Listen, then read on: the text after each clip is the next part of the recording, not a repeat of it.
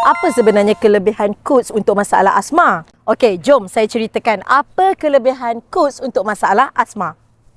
Yang pertama, dia bantu surutkan radang. Okey, Coach Al-Hindi ni dia ada sifat anti radang semula jadi yang sangat kuat. Dia bantu untuk surutkan bengkak pada saluran pernafasan yang mengecut tu supaya udara boleh masuk tanpa rasa tersekat. Kedua, cairkan lendir pekat. Bila lendir ni cair dan keluar, barulah nafas rasa lapang dan asma rasa lega. Dan yang ketiga, meningkatkan pengambilan oksigen ke dalam badan. Bila laluan udara dah tak tersumbat dengan lendir lagi, oksigen akan masuk lebih lancar.